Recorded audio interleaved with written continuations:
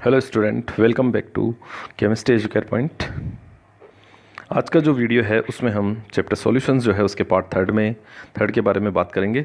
उससे पहले part second जो था उसमें हमने सॉल्युबिलिटी यानी कि विलेयता के बारे में डिटेल से स्टडी किया था, और इसके अलावा हेनरी नियम जो था उसे भी डिटेल से हमने स्टडी किया था। उसके बाद में आज का जो वीडियो है यानी कि पार्ट थर्ड है, इसमें हम डिस्कस करेंगे राउल्ट लॉ, आइडियल और नॉन आइडियल सॉल्यूशन यानी कि आदर्श और अनादर्श विलयन। इसके अलावा एजियोट्रोपिक मिश्रण जो होते हैं यानी कि स्थिरक्वाती जो मिश्रण होते हैं उनके बारे में डिटेल से स्टडी करेंगे। उनके टाइप्स जो है वो भी देखेंगे, उनके एग्जांपल्स जो है वो भी देखेंगे। तो शुरू करते हैं सबसे पहले राउल्ट लॉ। राउल्ट लॉ जो है वो क्या कहता है कि स्थिर यानी कि वाष्पशील जो द्रव होते हैं उनके विलयनों में प्रत्येक अवयव का जो आंशिक दाब होता है यानी कि P जो होता है वह उनके मोलन्स के क्या होता है, समानुपाती होता है। फॉर एग्जांपल यहाँ हम कह सकते हैं P समानुपाती X। P यहाँ आंशिक दाब हो गया और X जो है वो क्या हो गया, मोल अंश हो गया। फॉर एग्जांपल हम देखते हैं कि अपने पास जो अवयव हैं दो, यानी कि जो दो द्रव हैं वाष्पशील, वो A है और B है। A जो है उसका आंशिक दाब हो गया PA और B का हो गया आपके PB। इसका मोलन्स हो गया XA और इसका मोलन्स हो गया XB। ओके, तो फिर इसको राउल्ट लॉ के थ्रू हम इसका कुल वाष्प दाब जो है वो निकाल के देखते हैं, जो निम्न प्रकार निकाल सकते हैं। तो मान लिया हम कह रहे हैं अवयव A का जो आंशिक दाब है वो कितना हो गया, PA हो गया। ये समानुपाती है किसके, XA के। तो PA बराबर हो गया PA नोट XA, समानुपाती चिन्ह हटाए, PA नोट आ गया। PA नोट जो है वो अवयव A का शुद्ध अवस्था में आंशिक दाब है। शुद्ध अवस्था का मतलब जब दोनों अवयवों को नहीं मिलाया है तब। दूसरा PB जो है वो समानुपाती होता है XB के, अर्थात हम कह सकते हैं कि PB बराबर है PB नोट XB। तो यहाँ पर ये जो PB नोट है ये आपके अवयव का शुद्ध अवस्था में आंशिक दाब हो गया। अब डाल्टन का जो आंशिक दाब का नियम है वो क्या कहता है कि किसी भी विलयन का जो कुल दाब होता है वो उसके अवयव के आंशिक दाबों के योग के क्या होता है, बराबर होता है। यानी कि P टोटल बराबर हो गया PA प्लस PB। तो यहाँ पर हम P टोटल PA और PB के मान रखेंगे, तो PA note XA plus PB note XB हो गया। ओके, उसके बाद में हम जानते हैं कि अवयव के जो कुल मोलन्स होते हैं उन सभी का योग हमेशा कितना होता है, 1 होता है। तो XA और XB इन दोनों का योग हो गया 1। तो XA इज इक्वल लिख सकते हैं 1 माइनस XB। ये वाली वैल्यू यहाँ XA की जगह पुटअप करते हैं, तो P टोटल बराबर आ गया PA not 1 minus XB plus PB note XB। इनको सोल्व करते हैं तो PT बराबर हो गया PA note minus PA note XB plus PB note XB। इस तरीके से हम यहाँ कुल दाब जो है वो निकाल सकते हैं यदि अवयव A और B जो है वो दोनों वाष्पशील हो। ओके, तो इस तरीके से हमने जैसा कि बताया, इस डेरिवेशन को यहाँ मैंने नोट डाउन भी किया है। इस तरीके से ये जो है डेरिवेशन हम बता सकते हैं। ये यहाँ हो गया PA समानुपाती किसके हो गया, XA के। समानुपाती चिन्ह हटाया तो PA नोट आ गया जो शुद्ध अवस्था में वाष्प दाब है। ठीक इसी प्रकार हो गया आपके PB समानुपाती किसके, XB के। समानुपाती चिन्ह हटाया, PB नोट आ गया और PB नोट जो है वो शुद्ध अवस्था में आंशिक वाष्प दाब है। ओके, ठीक इसी प्रकार जैसा कि मैंने कहा कि आंशिक दाब में कुल दाब जो है यानी कि P बराबर है PA प्लस PB। ये रहा PA प्लस PB। दोनों के मान जब अपन ने रखे तो ये मान इस तरीके से रखने पर, और XA प्लस XB जैसा कि मैंने अभी बताया था कि मोल अंशों का योग हमेशा कितना होता है, 1 होता है। और पक्षांतरण करके हमने लिख लिया एक्स ए बराबर 1 माइनस एक्स बी, और ये वैल्यू जो है एक्स ए की यहाँ पुटअप की, और पुटअप करने पर ये जो फॉर्मूला आया था इस तरीके से ये यहाँ पर हम बता सकते हैं, जैसा कि यहाँ मैंने बताया है। ओके, इस तरीके से हम इसको जो है वो बता सकते हैं, जैसा कि मैंने यहाँ पर ये फॉर्मूला निकाला। ओके, उसके बाद में चलते हैं हम आगे।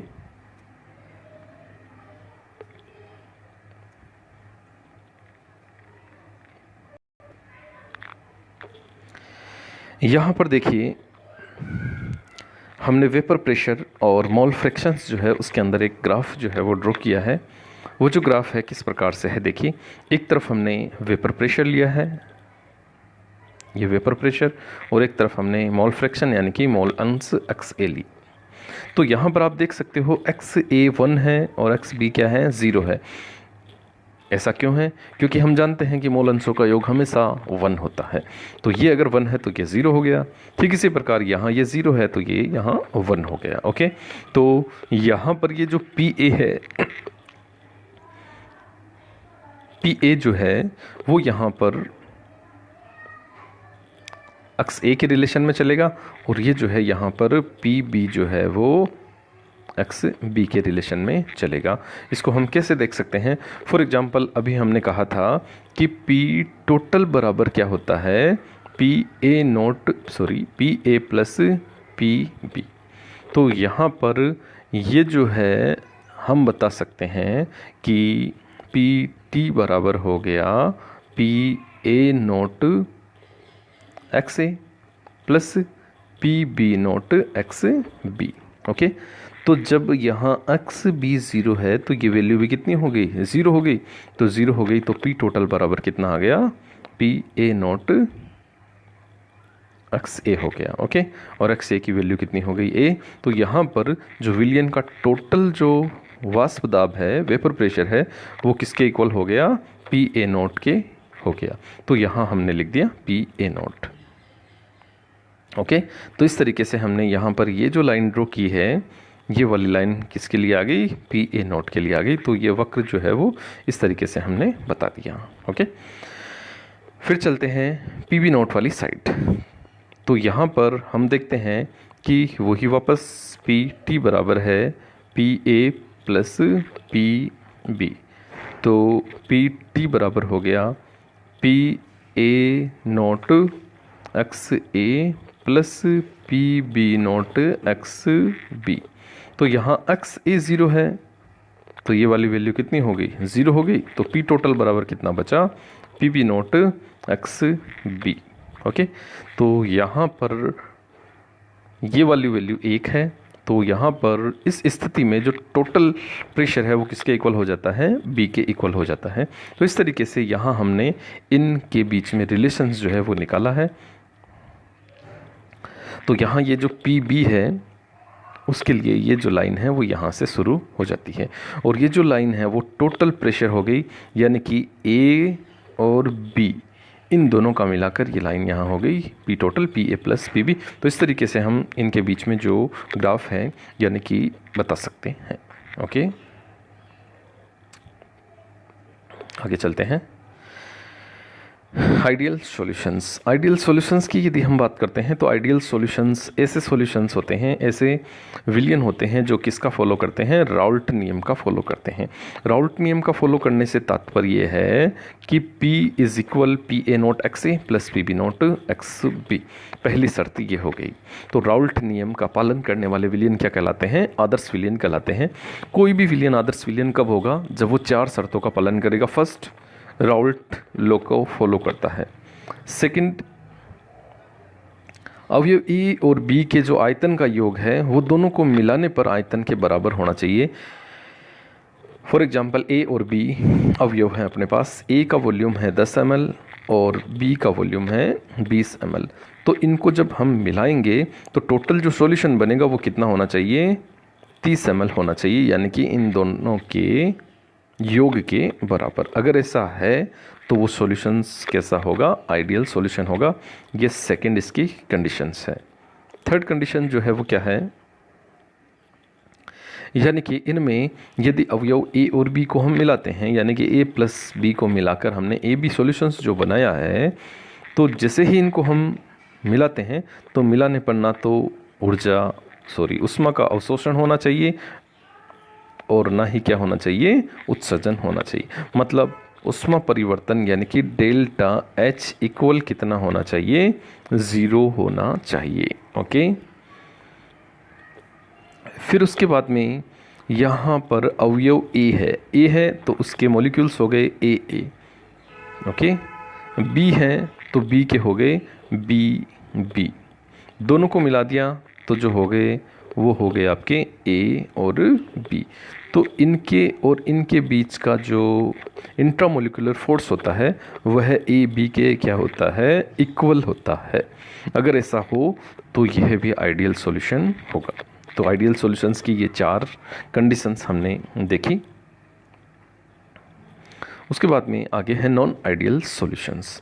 नॉन आइडियल सॉल्यूशंस का मतलब है कि ऐसे सॉल्यूशंस जो राउल्ट नियम को फॉलो नहीं करते, मतलब उसका पालन नहीं करते, उनको अपन क्या करते हैं, राउल्ट नियम अनादर्शविलियन या नॉन आइडियल सॉल्यूशंस उनको हम कहते हैं। तो इनके लिए भी 4 शर्तें होना ज़रूरी है। सबसे पहली शर्त है कि राउल्ट नियम फॉलो नहीं करता है, यानी कि P is equal nought P A nought X A plus P B nought X B. Second है कि सॉल्यूशन ए और बी हमने मिलाया है तो उनका जो वॉल्यूम है वो इनके इक्वल नहीं होता है। फॉर एग्जाम्पल ए और बी, ए 10 ml, ये बी 20 ml, तो दोनों को मिलाया तो इनका वॉल्यूम जो है वो इसके इक्वल नहीं आएगा, यानी कि 30 नहीं आएगा, कम हो सकता है या फिर उससे ज़्यादा हो सकता है। इस तरीके से ये दूसरी शर्त है इसकी। तीसरी शर्त जो है वो क्या कहती है, तीसरी शर्त जो है वो ये कहती है कि इनको मिलाने पर, अवयव को मिलाने पर एंथैल्पी में परिवर्तन आ जाता है, मतलब ऊष्मा में परिवर्तन आ जाता है, या तो वो उत्सर्जित होगी या फिर क्या होगी, अवशोषित होगी, यानी कि उस दौरान डेल्टा H नॉट इक्वल 0 हो जाता है। ये इसकी तीसरी शर्त हो गई। और चौथी शर्त जो है वो क्या कहती है, चौथी शर्त ये कहती है कि A और A के बीच में, B और B के बीच में जो इंट्रामोलिकुलर फोर्स लगता है वह A और B के बीच में जो इंट्रामोलिकुलर फोर्स लगा इसके इक्वल नहीं होगा। ओके, तो ये जो 4 शर्तें हैं, ये 4 शर्तें नॉन आइडियल सॉल्यूशंस के लिए हमें यहाँ पर बताती है। ओके,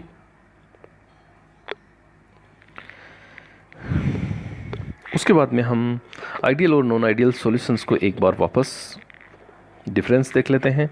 ये मैंने यहाँ आइडियल सॉल्यूशन लिखा यानी कि आदर्श विलयन, ये यहाँ मैंने लिखा आदर्श विलयन, और यहाँ मैंने लिखा अनादर्श विलयन। तो आदर्श विलयन जो है वो राउल्ट नियम का फॉलो करेगा, यानी कि P equal P A plus P B, जबकि ये जो है वो राउल्ट नियम का फॉलो नहीं करता है, P is not equal P A plus P B. Second जो है उसमें हम कह सकते हैं कि इनमें जो वॉल्यूम होता है उसमें किसी भी प्रकार का कोई परिवर्तन नहीं होता है, और इसमें वॉल्यूम में परिवर्तन होता है, यानी कि आयतन परिवर्तन शून्य नहीं होता है। इसमें एंथैल्पी परिवर्तन जो है वो शून्य होता है, यानी कि ऊर्जा या ऊष्मा का ना तो अवशोषण होता है ना ही उत्सर्जन होता है, जबकि यहाँ पर अवशोषण या उत्सर्जन हो सकता है। तो यहाँ पर डेल्टा H जो है वो 0 नहीं होगी, और यहाँ पर A B B के बीच का जो इंट्रामोलिकुलर फोर्स होता है वो A और B के बीच के इंट्रामोलिकुलर फोर्स के क्या होता है, इक्वल होता है। ओके, इक्वल होता है। और यहाँ पर A B B के बीच का जो इंट्रामोलिकुलर फोर्स होता है वह ए बी के इक्वल नहीं होता है। तो इस तरीके से हम आइडियल और नॉन आइडियल सॉल्यूशंस को डिफरेंस के थ्रू देख सकते हैं, जैसा कि मैंने पीछे भी बताया था। ओके, उसके बाद में अभी जैसा कि हम कह रहे हैं कि जो अनदर्स विलियन यानी कि नॉन आइडियल सॉल्यूशंस जो होते हैं उनमें ज़्यादा हो सकता है, कम हो सकता है, यानी कि बराबर नहीं होता है। तो ये बराबर नहीं होता है तो फिर कितना होता है, तो इस आधार पे हम देखें तो ये सॉल्यूशंस कितने प्रकार के हो गए, 2 टाइप्स के हो जाते हैं। 2 टाइप्स, ये 2 टाइप्स। ओके, फर्स्ट टाइप्स जो है वो है धनात्मक विचलन दर्शाने वाले। धनात्मक विचलन दर्शाने का मतलब है कि जो राउल्ट लॉ जो है उसके अकॉर्डिंग जो कुल दाब आता है वह उनके अवयवों के आंशिक दाब से क्या हो जाता है, ज़्यादा हो जाता है। सेकंड कंडीशंस जो है वो हमने कहा वॉल्यूम यानी कि आयतन परिवर्तन जो है वो ज़ीरो नहीं होता। तो ज़ीरो नहीं होता यानी कि यहाँ इसमें क्या होता है, पॉजिटिव होता है। ओके,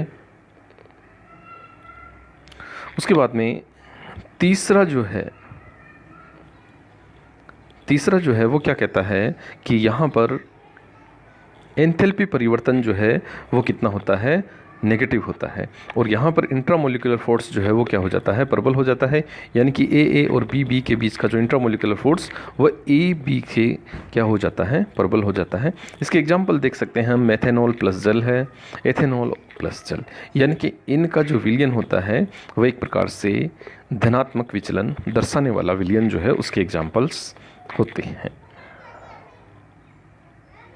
ओके, उसके बाद में इसका जो ग्राफ है उस ग्राफ को हम बता सकते हैं। इस ग्राफ में हम देख सकते हैं कि ये जो डॉटेड लाइन है, ये वाली जो डॉटेड लाइन है, ये डॉटेड लाइन तो किसको शो करती है, आइडियल सॉल्यूशंस यानी कि राउल्ट नियम का जो फॉलो होता है उसको शो करती है। जबकि ये जो ऊपर वाली लाइनें हैं यानी कि ये वाली लाइनें, यह किसको शो करती है, धनात्मक विचलन दर्शाने वाले। यानी कि हमने यहाँ पर कहा था कि इनका जो वाष्प दाब होता है वह राउल्ट नियम के वाष्प दाब से, प्राप्त वाष्प दाब से क्या होता है, ज़्यादा होता है। ज़्यादा है इसलिए इसका जो ग्राफ है वह ऊपर की ओर आ जाता है। ओके, आगे चलते हैं। ऋणात्मक विचलन, दूसरे वाला प्रकार जो है ऋणात्मक विचलन दर्शाने वाले। इसमें कुल जो वाष्प दाब होगा वह अवयवों के वाष्प दाब से क्या हो जाता है, कम हो जाता है। ओके, दूसरा जो है यहाँ पर जो आयतन परिवर्तन यानी कि वॉल्यूम जो है उसमें परिवर्तन क्या होता है, नेगेटिव। यानी कि दोनों को मिलाने पर जो विलयन का आयतन आता है वो क्या हो जाता है, कम हो जाता है।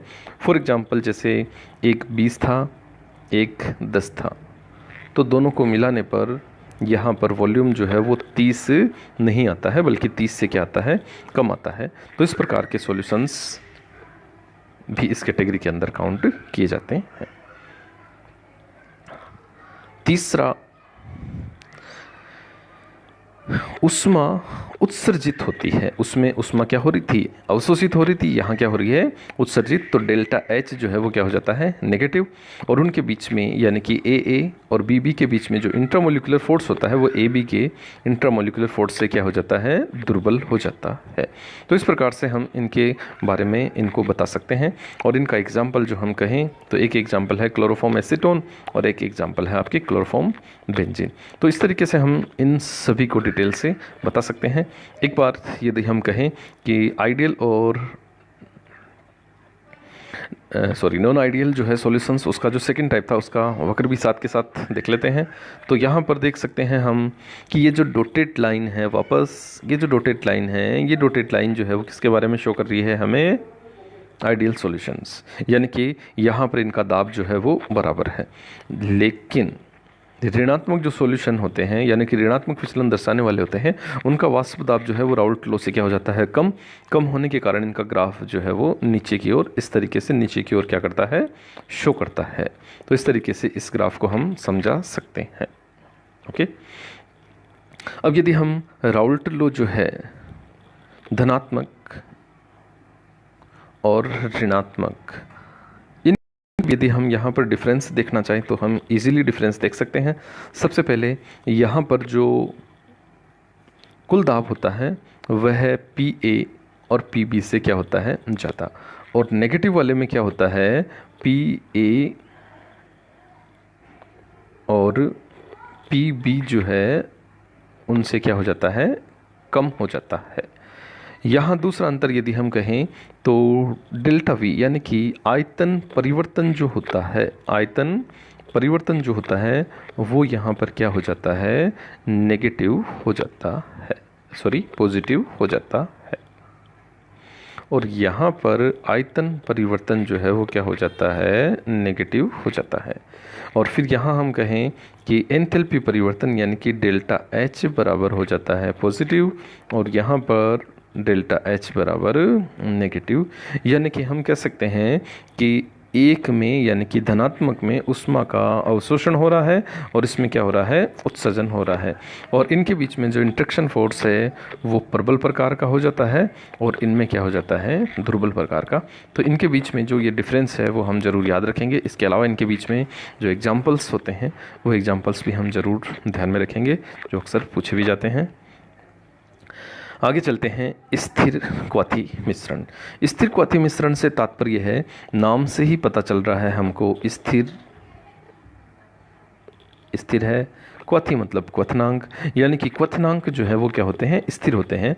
तो कह सकते हैं कि ऐसे मिश्रण जिनमें द्रव वाष्प अवस्था के संगठन समान रहते हैं, अर्थात द्रव और वाष्प अवस्था में वो सेम संगठन में रहते हैं, यानी कि उनका क्वथनांक क्या होता है, निश्चित होता है।